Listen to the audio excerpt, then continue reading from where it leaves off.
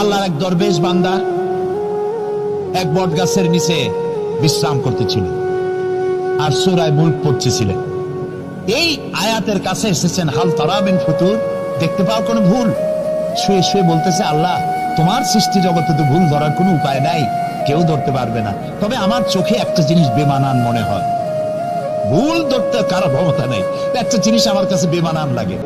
একা একা বলতেছে, সেটা হলো এই, তুমি তাল গাছ বানাইছো যেমন তালও সেই রকম বড়, বেল গাছ যেমন বেলও বড়, নারকেল গাছ যেমন নারকেলটাও বড়, কিন্তু এত বড় বিরাট বট গাছ ফল একেবারে ইতুটুকু ইতুটুকু, এইটা একটু বেমানান লাগতেছে। এই চিন্তা করতেছে দরবেশ সাহেব, হঠাৎ করে একটু বাতাস এসে গাছের ডাল আন্দোলিত হয়েছে, একটা আধা পাকা বটের ফল অনেক উঁচু থেকে ছিঁড়ে এসে দরবেশের নাকের উপরে পড়ছে, নাকটা জ্বলে উঠছে। দরবেশ সাহেব বলছে, আস্তাগফিরুল্লাহ, আল্লাহ এটা তো ফল না, এটা আমার চিন্তার জবাব।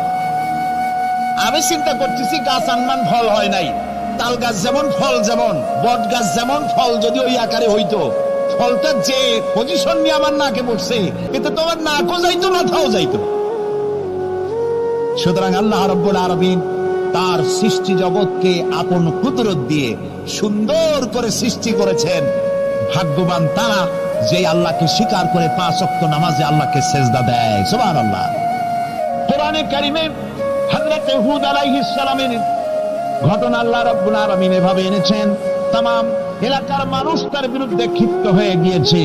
সমাজের লোক, রাষ্ট্রশক্তি হযরত হুদ আলাইহিস সালামের উপর অত্যাচারের পাহাড় ভেঙে দিয়েছে। হযরত হুদ আলাইহিস সালাম একা মানুষ, সমাজের রাষ্ট্রশক্তির এই দুর্বিষণ দেওয়ার ষড়যন্ত্রের চ্যালেঞ্জ তিনি গ্রহণ করলেন। আর তিনি বললেন, তিনি যেটা বললেন আল্লাহ পাক কোরআনে তা কোট করে দিলেন। দুনিয়ার সমস্ত ইসলামী আন্দোলনের কর্মীদের জন্য আল্লাহ পাক কোট করে দিলেন, সমস্ত মুমিনদের জন্য তা উল্লেখ করলেন।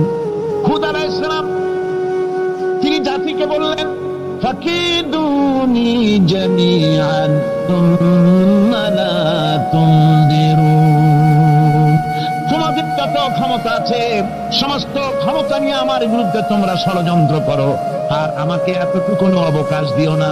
আমি সেই আল্লাহ রাব্বুল আলামিনের উপরে ভরসা করেছি, যার কুদরতি হাতের ভিতরে আমার জান, আর গোটা পৃথিবীর সমস্ত প্রাণীর জান যার কুদরতি হাতের মধ্যে, যার হাতের ভিতরে গোটা পৃথিবীর সমস্ত জান, সে আল্লাহর উপরে ভরসা করেছি, যা খুশি তোমরা আমার বিরুদ্ধে করতে পারো। সুবহানাল্লাহ। এটার নাম হলো ঈমান, এটার নাম সবর, এটার নাম ধৈর্য। এই ধৈর্য আসে ঈমানে কামেল হলে পরে এবং আল্লাহর উপরে পরিপূর্ণ বিশ্বাস হলে পরে। যদি কারো দিনের মধ্যে কথা বিশ্বাস থাকে যে আমার জন্য আল্লাহর পক্ষ থেকে যদি কোনো বুলেট নির্ধারণ করা থাকে, গোটা বিশ্ব যদি আমাকে পাহারা লাগায়, ওই বুলেট থেকে আমাকে বাঁচাইতে পারবে না। আর আমার জন্য যদি একটা বুলেট আল্লাহ কর্তৃক নির্ধারিত থাকে, তাহলে গোটা পৃথিবীর মানুষ চেষ্টা করেও সেই বুলেট থেকে আমাকে রক্ষা করতে পারবে না। হযরত আইয়ুব আলাইহিস সালামের সবরের ঘটনা কোরআনে কারীম তুলে ধরেছেন। হযরত আইয়ুব 18টি বছর পর্যন্ত রোগের মধ্যে পড়ে আছেন। এত অসুখ করেছে, এত রোগ, শরীর পচে গিয়েছে, গায়ে পোকা ধরেছে, দুর্গন্ধ হয়ে গিয়েছে, বিবিরা চলে গিয়েছে, ছেলে মেয়ে পাড়ার লোকেরা দূর দূর করে তাড়িয়ে দিয়েছে। এবার জঙ্গলের ভিতরে গিয়ে আশ্রয় নিয়েছেন। এমন অবস্থা হয়েছে, শরীর পচে পচে জিহ্বায় যখন পোকা ধরা শুরু করে দিল, হযরত আইয়ুব আলাইহিস সালাম তখন আল্লাহ রাব্বুল আলামিনের দরবারে এই প্রথমবারের মতো তিনি বললেন, রব্বুল আলামিন, আয় আল্লাহ তাআলা, সমস্ত শরীর জড়জড়া হয়ে গিয়েছে, গায়ে পোকা ধরেছে, আমি কোনো কথা বলি নাই, আমি খামোশ থেকে জিকির আজগার করতেছিলাম। আয় আল্লাহ, এখন দেখি আমার জিহ্বায় পোকা ধরেছে, পোকা ধরা শুরু হয়েছে, আমার জিহ্বাটায় পোকা তুমি দয়া করে দিও না, কারণ আমার জিহ্বায় যদি পোকা হয়ে যায় তাহলে তোমার মতো আল্লাহর জিকির আমি কি দিয়া করব? আমার জিহ্বাটা তুমি দয়া করে ভালো রাখো। কোরআনে কারীম বলছি, ওয়া আইয়ুবা ইয নাদা রাব্বাহু আন্নী মাসসানিয়া الضر وأنت أرحم الراحمين। স্মরণ করো সেই সময়ের কথা যখন আইয়ুব তার রবকে ডেকে বলেছিল, আমি অসুস্থ আর তুমি তো রহমান রহিম দয়াময়। ভাষাটা দেখেন কি সুন্দর। এর থেকে কি আল্লাহর আর কিছু বলা লাগে? আল্লাহ পাকের কাছে তিনি বলতেছেন, আল্লাহ আমি তো অসুস্থ, আমি তো অসুখ করেছে আমার, আর তুমি তো দয়াময় রহমান রহিম। এক অন্ধ, ঈদের দিন কত অন্ধই তো আসে খরাত করার জন্য, ভিক্ষা করার জন্য, চতুর্দিকে ভিক্ষা করতেছে অন্ধরা। এক অন্ধ ঈদের গেটের কাছে দাঁড়ায় বলতেছে, ভাইরা আজ হচ্ছে ঈদের দিন আর আমি কিছু দেখতে পাচ্ছি না। বেশি পয়সা পাইল, মানুষের দিন তার প্রতি আকৃষ্ট হয়ে গেছে। আরে কি কথা, আজ ঈদের দিন, সকলে আনন্দ করছে আর আমি কিছুই দেখতে পাচ্ছি না। সে কিন্তু কিছু চায় না। ভাষার ভিতরে, কথা বলার ভিতরে এ ধরনের টেকনিক আছে। হযরত আইয়ুব আলাইহিস সালাম বললেন না যে আল্লাহ আমারে মাফ করে দাও, কষ্টের মধ্যে আছি। তিনি শুধু বলেছেন, রব্বুল আলামিন আমি অসুস্থ হয়ে পড়েছি, আমার অসুখ করেছে, আর তোমার নাম রহমান রহিম। এতটুকু কথা বলেছেন। আল্লাহ রাব্বুল আলামিনের দরজায়, তার দরবারে আইয়ুব আলাইহিস সালামের ডাক চলে গেছে। যায় নাই? কোন অসুবিধা আছে নাকি? কোন অসুবিধা নাই। পানির তলা দিয়া যদি কেউ ডাক দেয়, পাহাড়ের ভিতরে বসে যদি কেউ ডাক দেয়, আল্লাহ রাব্বুল আলামিন তা শুনতে পান। ইউনূস আলাইহিস সালাম মাছের পেটে বসে চিৎকার মেরেছিলেন, লা ইলাহা ইল্লা আনতা সুবহানাকা ইন্নী কুনতু মিনাজ জালিমিন। তিনি বলছিলেন, আয় আল্লাহ তাআলা আমি তোমার প্রশংসা করছি, তুমি ছাড়া উপাস্য নাই, মাবুদ নাই। আমি তোমার পবিত্রতা ঘোষণা করছি, আমি তো জালিমদের অন্তর্ভুক্ত হয়ে গেছি। বাস এতটুকুন কথাই বলেছেন। আল্লাহ পাক বলছেন, ইউনূসের ডাক তো কেউ শোনে নাই, পানির মধ্যে কেউ শোনে নাই, জমিনের কেউ শোনে নাই, মহাশূন্যের কেউ শোনে নাই, কিন্তু মাছের পেটের ভেতরে থেকে, গভীর অতল দরিয়ার তলদেশ থেকে মাছের পেটের ভিতরে বসে আমার ইউনূস যে ডাক দিল, ওই ডাক আমি আরশের মালিক আমি শুনতে পেয়েছি। আর সঙ্গে সঙ্গে জবাব দিয়েছি, ফাস্তাজাবনা লাহু ওয়া নাজ্জাইনাহু মিনাল গাম্মি ওয়া কাযালিকা নুজিল মুমিনিন। ডাকের সাড়া দিলাম, বিপদ দিয়া বাঁচাই দিলাম। শুধু ইউনূসের না, আল্লাহ পাক এ জায়গায় আবার ওয়াদা করলেন, দুনিয়ার যত মুমিন বান্দা আছে তারা যদি কখনো বিপদে পড়ে যায় আর আমারে যদি ডাকে, আমি এইরকম করে বিপদ থেকে বাঁচাইয়া দেব। আইয়ুব আলাইহিস সালাম যখন আল্লাহ রাব্বুল আলামিনের কাছে ফরিয়াদ করলেন, আল্লাহ পাক তখন বলছেন, কোরআনে কারীম বলছে, ফাস্তাজাবনা লাহু ফাকাশাফনা মা বিহি মিন দুররিন ওয়া আতাইনাহু আহলাহু ওয়া মিসলাহুম মাআহুম রাহমাতাম মিন ইনদিনা ওয়া যিকরা লিল আবিদিন। আমি আইয়ুবের দোয়া কবুল করে নিলাম, শুধু তার পরিবার বর্গই দিলাম না, বরং আরো কিছু নিয়ামত আমি তাকে দান করে দিলাম। এবং তাই জন্য, যেহেতু তারা ছিল আমার অনুগত বান্দা, আমার বাধ্যগত, আমি এই জন্য রহম করেছি, সমস্ত রোগ শোক আমি মাফ করে দিয়েছি। আমাদের সামান্য একটু জ্বর হয়, যদি 2-3 দিন জ্বর হয়েছে, জ্বর ছাড়ে না, বলে যে এত ভালো ভালো কাজ করি তারপর আমার এত জ্বর হওয়া লাগে, অমুকরা এত পাপ করে, তা তো কিছুই হয়নি। আরে আল্লাহ আমার এই চোখে দেখলো, আমার বউর অসুখ, আমার অলিমুড়ি ছাড়ি না। ভাইরা, আপনি ঠিক পান না যে কি গুনাহ আপনি করেন। কোরআনে কারীম বলছে, ওয়ামা আসাবাকুম মিন মুসিবাতিন ফাবিমা কাসাবাত আইদিকুম ওয়া ইয়াফু আন কাসীর। যত বিপদ তোমাদের উপর আছে সব দুই হাতের কামাই করা, আর আমি তো অনেকগুলো ক্ষমা করে দেই। তোমরা যত পাপ করো, আকাম করো, সবগুলির শাস্তি যদি দুনিয়ায় দিতাম, সাহস করার সময় পেতে না। অসুখ হলেই অধৈর্য হয়ে যেও না, ধৈর্য ধরো। আল্লাহ পাক বলেন, শুধু আইয়ুব নয়, وإسماعيل وإدريس وذا الكفل كل من الصابرين এইভাবে করে ইসমাইল, ইদ্রিস, জুলকিফল সবাই ছিল ধৈর্যশীল। জোরে বলেন সুবহানাল্লাহ। ধৈর্যের চরম পরাকাষ্ঠা ছিলেন তিনি। কোরআনে কারীম নবীদের এই কথাগুলি আমাদের শোনাচ্ছেন। হযরত ইয়াকুব আলাইহিস সালাম কলিজার টুকরা সন্তান হযরত ইউসুফ আলাইহিস সালামের জন্য তার মনটা পাগল ছিল। এত সুন্দর করে আল্লাহ তারে বানাইছিলেন, এত তিনি ছিলেন সৌন্দর্যের পিরামিড, যারা দেখলে চোখ ফিরানো যায় না, এমন সুন্দর সুপুরুষ যারা দেখি সেই যুগের সুন্দরী যুবতী মেয়েরা রূপের মোহে পড়ে নিজেদের আঙ্গুলগুলি কেটে ফেলে দিয়েছিল। রূপের মোহে এমন অবশ হয়ে গেছে, আঙ্গুল কেটেছে, হাত কেটেছে, টের পায় নাই। আবার ভুল বুঝবেন না, দুনিয়ার সেরা সুন্দর পুরুষ ইউসুফ আলাইহিস সালাম তা কিন্তু রাসূলের চাইতে বেশি নয়। হযরত উম্মুল মুমিনিন আয়েশা রাদিয়াল্লাহু তাআলা আনহা তিনি বলেছেন, যেই সব সুন্দরী রমণীরা ইউসুফ আলাইহিস সালামকে দেখে রূপের মোহে পড়ে নিজেদের আঙ্গুলগুলো কেটে ফেলেছিল, ওরা যদি আমার হাবিবকে দেখতো, ওরা যদি আল্লাহ রাসূলকে দেখতো, তাহলে হাত কাটতে কাটতে কোন ফাঁকেতে কলিজা কেটে ফেলে দিত, ওরা টের পেত না। আবার বন্ধুগণ, হযরত আইয়ুব আলাইহিস সালাম সন্তানের মায়া, অন্যান্য ভাইরা হিংসায় পড়ে গেল, তারা নিয়ে তাকে কুয়ায় ফেলে দিল। সেখান থেকে তারা একটা ছাগল বা কোনো পশু জবাহ করে তার রক্ত মাখাইয়া জামা এনে হাজির করে দিল।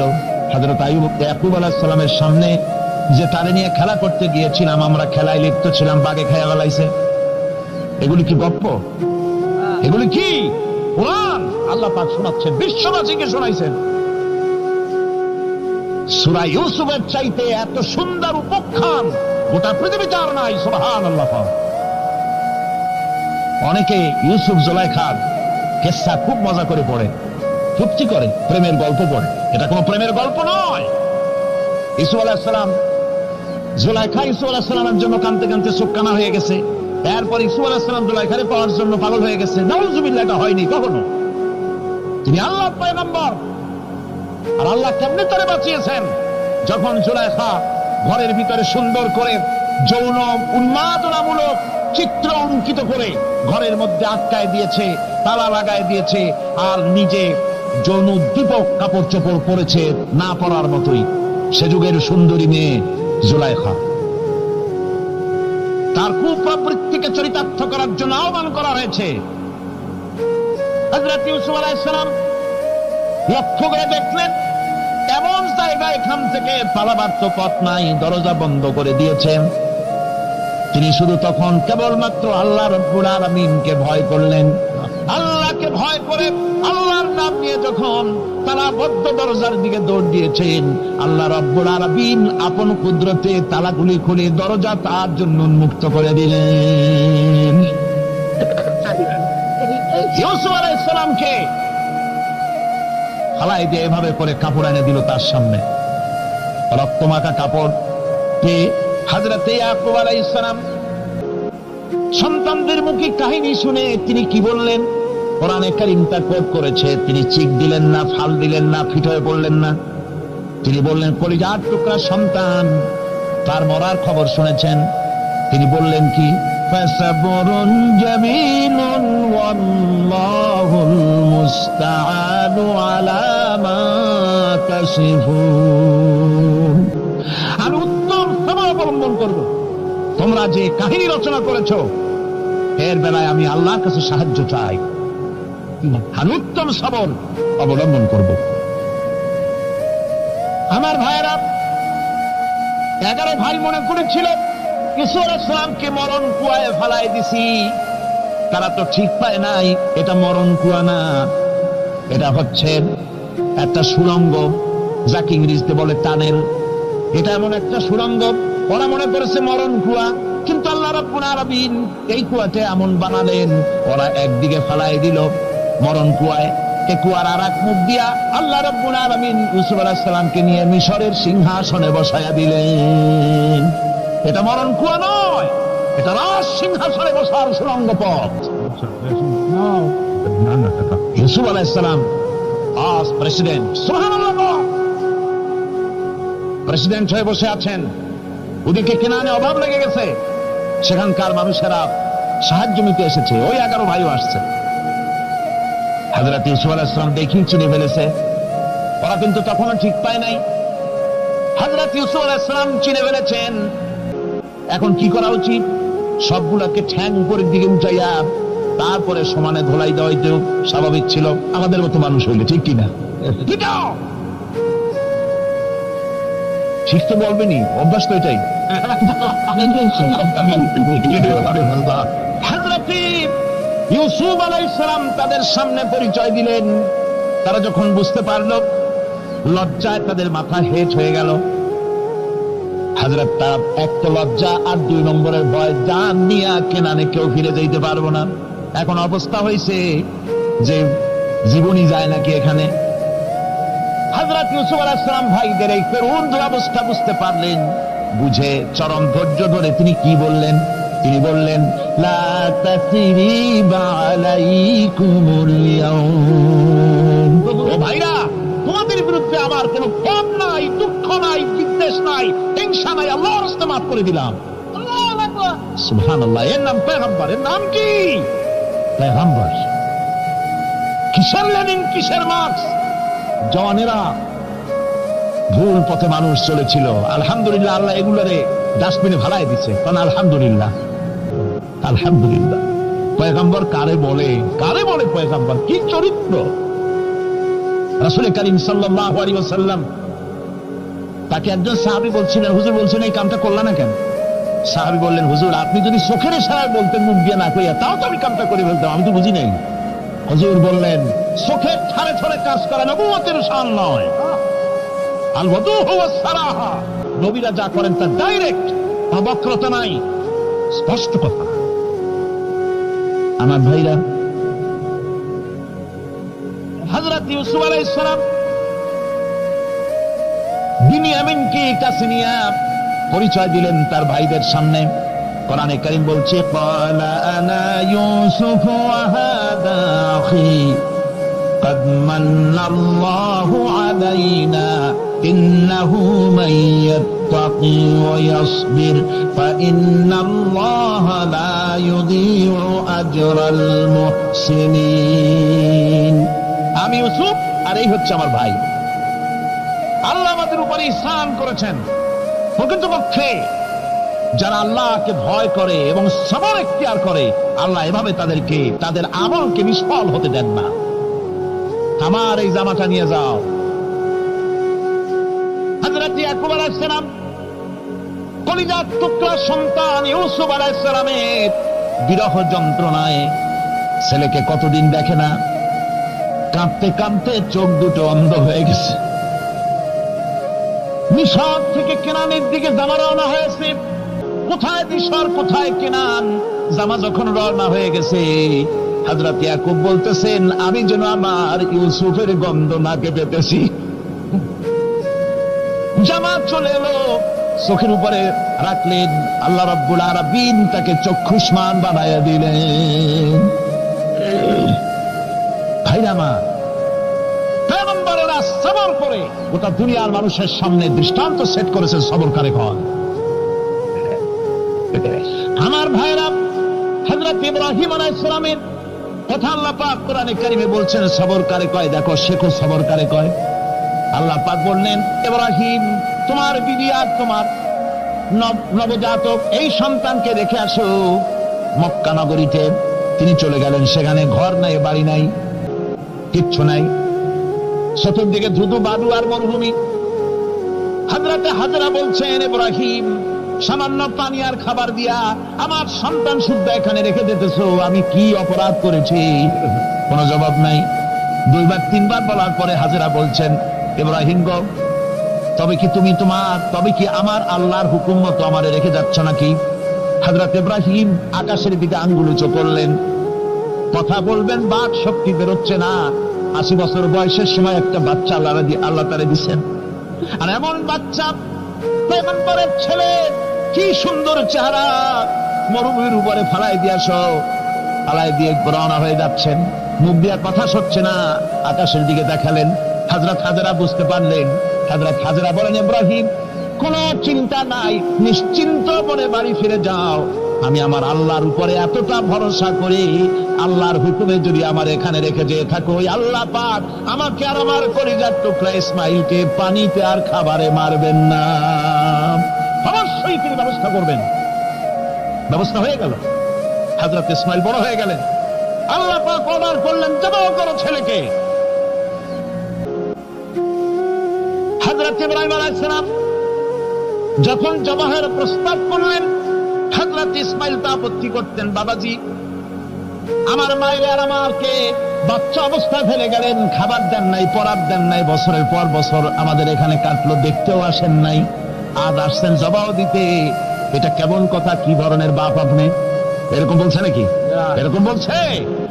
হযরত ইব্রাহিম আলাইহিস সালাম প্রস্তাবটা কিভাবে পারলেন? আল্লাহ পাক কোরআনে কারিমে দৃষ্টান্ত রেখে দিয়েছেন। আল্লাহ পাক বলছেন, হযরত ইব্রাহিম ছেলেকে বললেন, ইয়া বুনাইয়া, ইয়া বুনাইয়া, হে আমার কলিজার টুকরা লাডলা, হে আমার কলিজার টুকরা সন্তান, ইন্নী আরা ফিল মানাম আন্নী আযবাহু, আমি স্বপ্নে দেখছি আমি যেন তোমাকে জবাহ করতেছি। ফানজুর মাযা তারা, তোমার রায় কি বলো? আমি তো স্বপ্নে দেখছি যে আমি তোমার জবাহ করতেছি, এখন তোমার রায় কি, তোমার মত কি? হযরত ইসমাঈল আলাইহিস সালাম শুনে দিলেন দৌড়, নাকি না? হযরত ইসমাঈল আলাইহিস সালাম ধৈর্যের প্রতীক, তিনি কি কথা বললেন? তার মুখের কথা কোরআন শরীফে আল্লাহ পাক উঠায় দিলেন। হযরত ইসমাঈল বললেন, ইয়া আবাতি ফাআল মা তুমারু সাতাজিদুনি ইনশাআল্লাহু মিনাস সাবিরিন, হে আমার পিতা, আপনি যে ব্যাপারে আদিষ্ট হয়েছেন আপনি তা পালন করুন, অবশ্যই আমাকে ধৈর্যধারীদের মধ্যে পাওয়া যাবেন। সুবহানাল্লাহ। এক বর্ণনায় এসেছে, হযরত ইসমাঈল বললেন, আব্বাজান আমি ধৈর্যধারীদের ভিতরে আমারে পাবেন, তবে জবাহ করার আগে আমার হাত পাটা একটু বেঁধে নেন, কারণ জবাহের যন্ত্রণায় আপনার গায়ে যদি আমার হাত পা লেগে যায় তো বেয়াদবি হয়ে যেতে পারে। আর আমি বলে আমার জবাহ হয়ে যাওয়ার পর আমার রক্ত মাখা জামা টানিয়া আমার মা হাজেরারে দিবেন, কারণ তাকে মা বলবার মতো আর তো কেউ নাই। হযরত ইব্রাহিম তাকে বাঁধবার জন্য প্রস্তুতি নিলেন। হযরত ইসমাঈল বলছেন, আব্বাজান বাঁধবেন না, বাঁধার প্রয়োজন নাই। বলে, কেন? একবার বাঁধতে বললে আবার তুমি নিষেধ করছো কেন?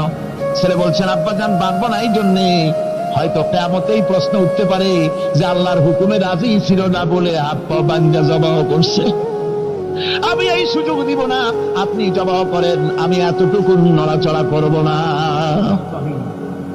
ধৈর্যের চরম প্রতীক হযরতে ইসমাঈল আলাইহিস সালাম দেখাই দিয়েছেন ধৈর্য কারে কয়। আমার বন্ধুগণ, এই পৃথিবীর সবচাইতে ধৈর্যের বড় প্রতীক হতেছেন ইমামুল মুরসালিন, আশরাফুল আম্বিয়া, সাইয়্যিদুল মুরসালিন, জনাবে মুহাম্মদুর রাসূলুল্লাহ সাল্লাল্লাহু আলাইহি ওয়াসাল্লাম। আমার বন্ধুগণ, সবচাইতে বড় ধৈর্যের প্রতীক তিনি। কাউকে একটা গালি দেন নাই জীবনে, কাউকে ঠাট্টা করেন নাই, কাউকে মারেন নাই, কারো মনে দুঃখ দেন নাই। তিনি দুঃখ পেয়েছেন, তিনি কাউকে দুঃখ দেন নাই। তিনি কষ্ট পেয়েছেন, কাউকে কষ্ট দেন নাই। আমার ভাইয়েরা, তায়েফের ময়দান, আমার নিজের চোখে তায়েফে যেদিন আমি তায়েফ দেখলাম, আমি তায়েফে ঢুকেছি, জীবনে কোনোদিন যাই নাই। রমজান মুবারকে আমি সেখানে গেলাম, আমাকে বসার জন্য তারা নিয়ে যাবে। আমি বললাম, আগে বসবো না, আমারে আগে নিয়ে যাও, আমার নবীকে কোন জায়গায় ওরা মেরেছিল সে জায়গাটা দেখাও। তায়েফের সেই গলিতে যখন আমি গেছি, দুই দিকে পাহাড় দাঁড়ানো, তায়েফের লোক আমার সাথে ছিল, তারা বলল এই জায়গাটা প্রথম যেখানে চতুর্দিক থেকে নবীজিকে পাথর মারছিল আর আল্লাহর নবী বেহুশ হয়ে পড়ে গিয়েছিলেন। 3টা দিন না খাওয়া, হযরতে খাদিজা নাই, আবু তালিব নাই, মক্কায় জায়গা নাই পা রাখার। নবীজি 3টা দিন ঘুরলেন। নেতারা বলল, তুমি যদি নবী হবে তো এতিম হলে কেন? আল্লাহ নবী বানাবার জন্য কি একটা ধনী মানুষ পায় না? তোমার মতো এতিম আর গরিবের নবী বানাইলো কেন? আল্লাহ নবী 3 দিন পর যখন দেখলেন কেউ দাওয়াত শোনে না, কেউ মানে না, কেউ গ্রহণ করে না, তখন তিনি নেতাদের অনুরোধ করলেন, ঠিক আছে দাওয়াত তো কবুল করলে না, তবে একটা কাজ করো, অন্তত আমি যে তায়েফে আসছিলাম এই খবরটা মক্কায় দিও না, ওরা আরো অত্যাচার বাড়ায় দেবে। এই কাফিরগুলি খবর তো মক্কায় পাঠালো, আর সমস্ত যুবকদেরকে লেলিয়ে দিল। যুবকেরা চতুর্দিকে দাঁড়াইছে, রাসূলকে পাথর মারা শুরু করে দিল। আমি যখন রেল লাইনের থেকে হাঁটি, যখন রেল লাইন কোনো সময় দেখি, রেলের পাথরগুলি, রেল লাইনের পাথরগুলি দেখলে আমার মাথায় যেন কেন তাইফের কথা বলে এসে যায়। আরে মানুষের গায়ে পাথর মারলে কি অবস্থার সৃষ্টি হয়! পাথর নূরের শরীর, রহমতের শরীর, কিটে কিটে রক্ত ঝরছে। নবীজিকে জোর করে উঠাইয়া জবরদস্তি করে হাঁটার জন্য তারা ধাক্কা মারতেছে। আবার কিছুদিন গিয়ে নবীজি আবার বেহুশ হয়ে পড়েছেন, এইখান থেকে আবার উঠাইছে, আবার ধাক্কা মারতেছে। 3 নম্বরের আর একটা জায়গা আছে যেখানে ভাঙ্গা একটা মসজিদ।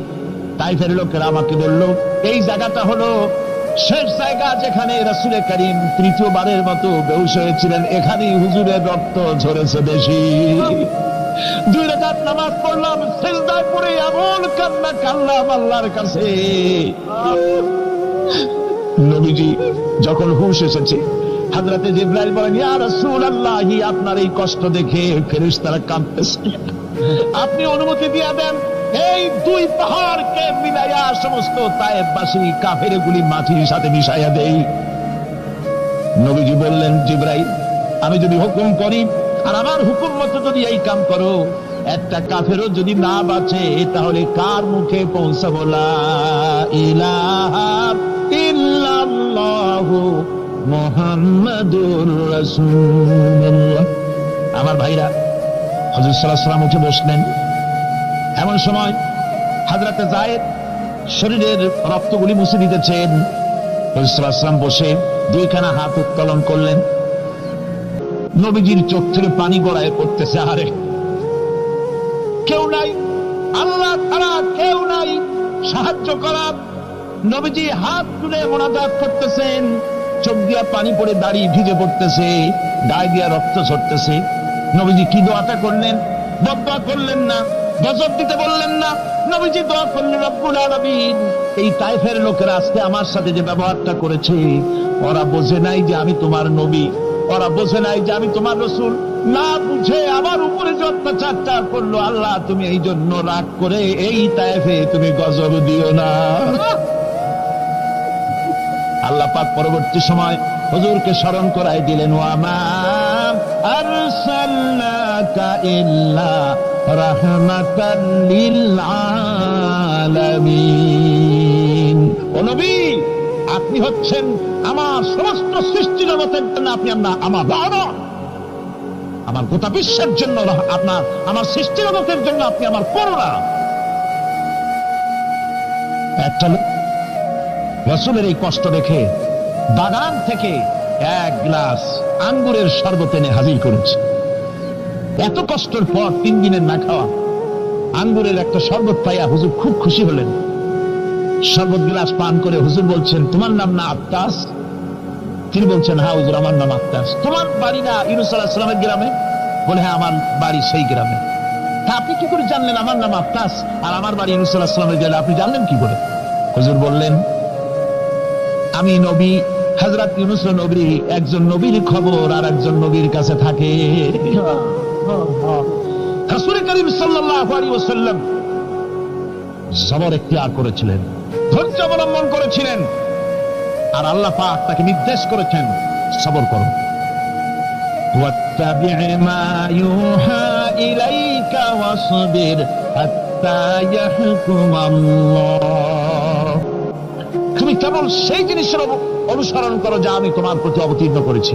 আমি আপনার উপরে যেটা অবতীর্ণ করেছি ওটা অনুসরণ করুন, আর সবর ইখতিয়ার করুন যতক্ষণ না আল্লাহর পক্ষ থেকে চূড়ান্ত ফয়সালা না আসে।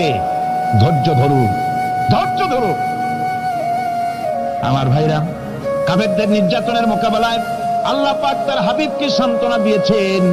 যখন কাফেররা নির্যাতন করতেছে, হারে হযরতে বেলাল নির্যাতিত, হযরতে সুমাইয়া নির্যাতিতা, হযরতে খাব্বাব, হযরতে হুবায়ব, হযরতে আম্মার রিদওয়ানুল্লাহি তাআলা আলাইহিম আজমাইন এত মার হতেছে। হযরতে ওমর হযরতে খাব্বাব রাদিয়াল্লাহু তাআলা আনহুকে খোলা গায়ে দেখে বলছিলেন, খাব্বাব রে, তোমার পিঠে এত গর্ত কেন? এত গর্তওয়ালা পিঠ তো আমি মানুষের দেখি নাই, এত চিকুন কমরওয়ালা মানুষও তো দেখি নাই। তিনি বলেছেন, ওমর তুমি কি ভুলে গেছো? ইসলাম কবুল করার অপরাধী কাফির বেঈমানেরা আগুন জ্বালায়া আনটা আগুনের উপরে আমাকে চিৎ করে শোয়াছে। আমি যেন নড়াচড়া করতে না পারি, সেজন্য আমার বুকের উপরে পাথর চাপা দিয়ে রেখেছিল। গায়ের চর্বি আর রক্ত গলে গলে পড়ে আগুন নিবেছে, আর আগুন গোশত পুড়ে যে পিঠের মধ্যে প্রবেশ করেছিল, আজও পর্যন্ত পিঠের সেই গর্ত সেরে যায় নাই। এভাবে অত্যাচার হচ্ছিল সাহাবীদের উপর। আল্লাহ রাব্বুল আলামিন তার হাবিবকে সান্ত্বনা দিলেন, ওয়াসবির ওয়া মা সাবরুকা ইল্লা বিল্লাহি ওয়া লা তাহজান আলাইহিম ওয়া লা তাকু ফি গায়তিন মিম্মা ইয়ামকুরুন। হে রাসূল, সবরের সাথে কাজ করতে থাকুন। আপনার এই সবরের তৌফিক তো আল্লাহই দিয়েছেন, আর ওদের সমস্ত ষড়যন্ত্র, ওদের অপকৌশলে আপনি দুঃখিত হবেন না, চিন্তা করবেন না, ভারাক্রান্ত হবেন না। আপনি নিশ্চিত থাকুন। ওয়াসবির লিহুকমি রাব্বিকা ফাইন্নাকা বিআয়ুনিনা। হে নবী, আপনার রবের চূড়ান্ত ফয়সালা আসা পর্যন্ত ধৈর্য ধারণ করুন। আপনি তো আমার চোখের সামনে। সুবহানাল্লাহ, সুবহানাল্লাহ, আপনি আমার চোখের সামনে। কে আপনাকে কি করবে আমি দেখবো না? সুবহানাল্লাহ। মন্ত্রী যদি, এই সলিমুদ্দিন মার্কা মন্ত্রী যত আছে, এই মন্ত্রীরা দলিকা ব্যথাতে ভয় কিসে? আমি তোকে দেখছি না? সাহসটা কেমন বাড়ে, কেমন বাড়ে সাহস। আর এ কোনো মন্ত্রী ছাতা মাতা না, কোন প্রেসিডেন্ট রাজা বাদশা না, আকাশ আর জমিনের মালিক আমার আল্লাহ রাব্বুল আলামিন বলছেন, হাবিব কোন চিন্তা নাই, আপনি আমার চোখের সামনে। ওরা চায় আপনাকে দুনিয়া থেকে মিটাই দিতে, আর আমি চাই ওয়ারাফানা লাকা যিকরা, আপনার প্রশংসা তো হবে গোটা বিশ্ব জুড়ে, সর্বত্র ছড়িয়ে যাবে আপনার নাম। সুবহানাল্লাহ বিহামদিহি। আল্লাহ পাক অন্যত্র বলেছেন, ওয়ালাকাদ কুযযিবাত রুসুলুম মিন ক্বাবলিকা ফাসাবারু আলা মা কুযযিবু ওয়া উযু হাত্তা আতাহুম নাসরুনা। হে মুহাম্মদ সাল্লাল্লাহু আলাইহি ওয়াসাল্লাম, আপনার পূর্বে অসংখ্য নবী রাসূল এই পৃথিবীতে আসছে এবং জুলুম আর নির্যাতনের শিকার তারা হয়েছেন। অবশেষে তাদের প্রতি আল্লাহর সাহায্য এসেছে। সুতরাং আপনাকেও ধৈর্য ধারণ করতে হবে। ধৈর্য ছাড়া কোনো পথ নাই। ধৈর্য আপনাকে ধারণ করতেই হবে। আর এই ধৈর্য ধারণ করলে পরে আল্লাহর চূড়ান্ত ফয়সালা আসবে, তখন আল্লাহ পাক মেহেরবানি করবে। আমার ভাইরা, এই ধৈর্য পৃথিবীর সমস্ত পয়গম্বরেরা ধৈর্য অবলম্বন করেছেন, কখনো অধৈর্য হন নাই। দিন কায়েমের সংগ্রামে নবী রাসূলগণ দারুণ ভাবে সবর ইখতিয়ার করেছেন। বৃদ্ধবাদীদের সকল রকমের নির্যাতন, অপকৌশল, ষড়যন্ত্র, এই সব কিছু মোকাবেলা করেছেন ধৈর্যের নীতি অবলম্বন করি। কখনো ধৈর্যচ্যুতি তাদের মধ্যে ঘটেনি, বরং আল্লাহ রাব্বুল আলামিন তাদের প্রতি সন্তুষ্ট হয়েছেন। যারা এই ধৈর্য ধরেছে তাদের উপরে সন্তুষ্ট হয়ে আল্লাহ রাব্বুল আলামিন বলেছেন, ওয়া কাআইয়িম মিন নাবিয়্যিন কাতালা মাআহু রিব্বিয়ুন কাসীর। এর আগে অনেক নবী এসেছিলেন যাদের সাথে বহু আল্লাহর লোক লড়াই করেছেন। ফামা ওয়াহানু লিমা আসাবাহুম ফি সাবিলিল্লাহি ওয়া মা যাফু ওয়া মাস্তাকানু। আল্লাহর পথে তাদের উপর যত বিপদ এসেছিল তারা হতাশ হয়ে পড়েন নাই, দুর্বলতা দেখাননি, বাতিলের সামনে মাথাও নত করেননি। ওয়াল্লাহু ইউহিব্বুস সাবিরিন। আর আল্লাহ পাক ধৈর্যশীল যারা, তাদেরকে আল্লাহ পাক ভালোবাসেন। আমার ভাইরা, ধৈর্যের পরিচয় রাসূল করিম সাল্লাল্লাহু আলাইহি ওয়াসাল্লাম উহুদের ময়দানে যখন আক্রান্ত হয়ে গেলেন, চতুর্দিকে কাফেররা ঘিরে ধরেছে, বাঁচার কোনো পথ নাই। সাহাবায়ে কিরাম রাসূলকে পাহারা দিলেন। যারা রাসূলকে পাহারা দিতে দাঁড়াইছেন, জীবন দিয়া পাহারা দিতে দাঁড়ায় গেছে। রাসূলের দিকে মুখ দিয়া, পিঠটা বাইরের দিকে দিয়ে রাসূলকে পাহারা দেওয়া শুরু করেছেন। হুজুরকে পাহারা দিতে যারা দাঁড়িয়েছিলেন, কাফের কর্তৃক নিক্ষিপ্ত কি তীরগুলি এসে যখন বিঁধতেছিল, শুধু একজন সাহাবী হযরত তালহার পিঠের ভিতরে রাসূলকে হেফাজতের জন্য 80টা তীর একজনের পিঠের মধ্যে দিয়ে গেছে। এক অসতর্ক মুহূর্তে নবীজির ডান্ডা মোবারক শহীদ হয়ে গেল, শিরস্থান ভেঙে গেল, লোহার কড়া প্রবিষ্ট হয়ে গেল কপালের ভিতরে। হুজুর মাথা ঘুরে পড়ে গেলেন। হযরত আবু উবাইদা রাদিয়াল্লাহু তাআলা আনহু হুজুরের মস্তক মোবারককে কোলে করে নিয়ে তারপরে বহু কষ্ট করে মাথা থেকে লোহার কড়া বের করলেন। এবার ওই কড়ার ছিদ্র দিয়ে রক্ত আসতেছে, মুখ দিয়ে রক্ত পড়তেছে, দাড়ি ভিজে যাচ্ছে। বুখারী শরীফে এসেছে, আল্লাহর নবী দুইখানা হাত নিজের চেহারার উপরে মলে আনে টাটকা রক্ত চোখের সামনে দেখে বলছেন, আহারে, এই কওমের ফালাত কি করে হবে, এই কওমের মুক্তি কি করে হবে, এই কওমের নাজাত কি করে হবে, যে কওম তার নবীর চেহারা রক্ত দিয়ে আল্লাহ বানাইয়া দিল। নবীজি বললেন, আল্লাহুম্মা গফিরলি কওমি ফাইন্নাহুম লা ইয়ালামুন। আয় আল্লাহ পাক, আমার এই কওম বুঝতে পারে না, ওদেরকে মাফ করে দাও। খবর ছড়িয়ে গেল নবীজি শহীদ হয়ে গিয়েছেন। খবর ছড়িয়ে গেল চতুর্দিকে, মদিনায় খবর ছড়িয়ে গেল। মানুষ পাগলের মতো দৌড়ানো শুরু করে দিল। এক মেয়ে লোক দৌড়াচ্ছে উহুদের দিকে। কয়েকজন সাহাবীর সঙ্গে দেখা, তারা জিজ্ঞেস করলেন, দৌড়াও কেন মহিলা, যাও কই? কয় উহুদের দিকে যেতেছি। কয় যায় তো কোনো লাভ নাই, যেহেতু তোমার যে স্বামী এসেছিলেন জিহাদের ময়দানে তিনি তো শহীদ হয়ে গেছেন। মহিলা বলতেছে, কে শহীদ হয়েছে শুনতে চাই না, আগে বলো নবীজি কেমন আছে। আবার কিছুক্ষণ পর আর কয়েকজনের সঙ্গে দেখা, তারা বলছে, মেয়ে লোক দৌড়াও কই? যাচ্ছি উহুদের দিকে। তারা বলছেন যে কোনো লাভ নাই, তোমার যে দুইটা কলিজার টুকরা সন্তান উহুদে এসেছিল দুটোই শহীদ হয়ে গেছে। মা বলতেছে, ও সাহাবী, কে শহীদ হয়েছে শুনতে চাই না, তাড়াতাড়ি করে বলো আল্লাহর নবী মুহাম্মদুর রাসূলুল্লাহ সাল্লাল্লাহু আলাইহি ওয়াসাল্লাম কেমন আছেন। দৌড়াতে দৌড়াতে উহুদের মাঠে সাহাবায়ে কিরাম পরিবেষ্টিত। আল্লাহর নবীর কাছে গিয়ে হুজুরের জীবিত চেহারা মোবারকের দিকে তাকায়া মেয়ে লোকটি কাঁদতেছে আর বলতেছে, ইয়া রাসূলুল্লাহ, আমার স্বামী মরা শোক, আমার কলিজার টুকরা দুইটা সন্তান মরা শোক আমার কলিজা থেকে মুছে গেছে, আপনি বেঁচে আছেন, তামাম মুসলমানদের চাইতে বড় সান্ত্বনার রায়। ভাইরা আমার, রাসূল করিম সাল্লাল্লাহু আলাইহি ওয়াসাল্লাম এভাবে করে ধৈর্যের পরিচয় দিয়েছেন। গালাগালি দেন নাই, রাগ করেন নাই, বদদোয়া করেন নাই। সুবহানাল্লাহ কোন সুবহানাল্লাহ।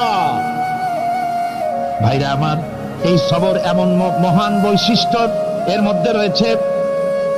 জিহাদের ময়দানে যদি লোক কম হয় আর যদি তাদের মধ্যে সবর থাকে, বেশি সংখ্যক লোকের উপরে আল্লাহ পাক সবরকারীদেরকে বিজয়ী করে দিবেন।